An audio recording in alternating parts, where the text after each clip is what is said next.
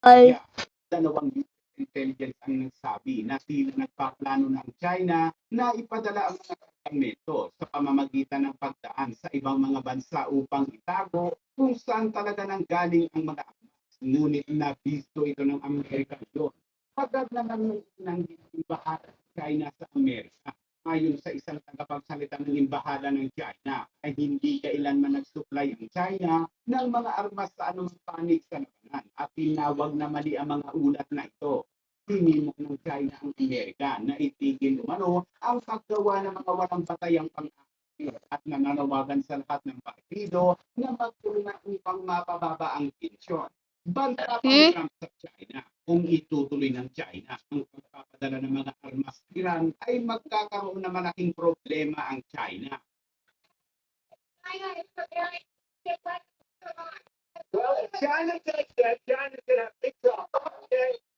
Samantala, inihayag naman ng US Central Command kahapon na sinimula na ng mga warship nito ang paglilinis sa mga mines o mina sa Strait of Hormuz gamit ang dalawang guided missile destroyer ng US Navy na USS Frank Peterson at USS Michael Murphy. Ayon sa CENTCOM, matapos ang pagtawid sa Strait of Hormuz, ay nag-ooperate na ngayon sa Arabian Gulf ang dalawang warship nila bilang bahagi ng mas malawak na misyon upang matiyak na ang strait ay ganap na malinis mula sa mga mina na dating inilagay ng IRGC Navy. Wala nang kakayahan ng Iran na makuha ang mga inilagay nitong mina sa dagat dahil wala na umano sila mga barko na may kakayahan gumawa ng mga ganung operasyon dahil higit sa 150 na mga warship nito ang pinalubog ng Israel at Amerika.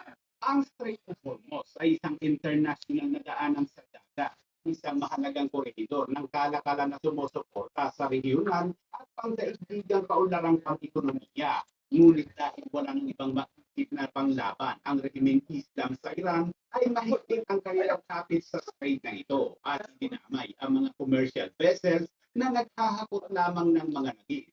Idinagdag din ng US Central Command sa pahayag na magdedeploy umano sila ng mga underwater drone upang makita at makuha ang mga mina.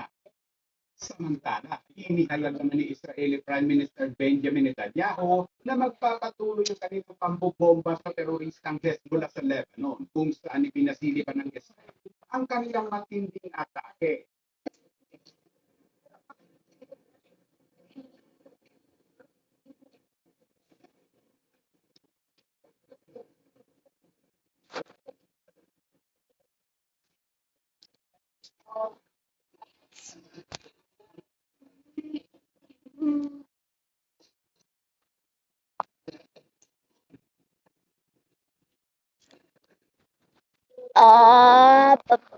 Dahil sa matinding atake na yan ng Israel, ay iniulat ng Farsi na tinawag po na rin si Netanyahu at sinabi bawasan ng mga atake nito. here we go again. Sa mga mata ng Islamic regime supporters.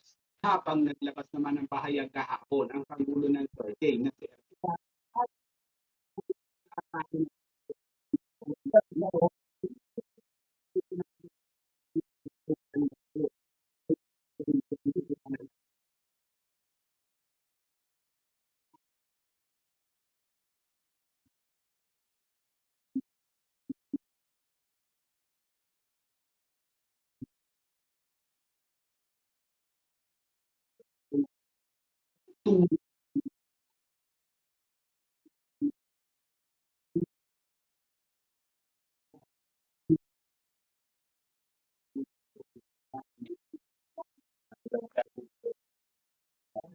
Oy, oy, oy.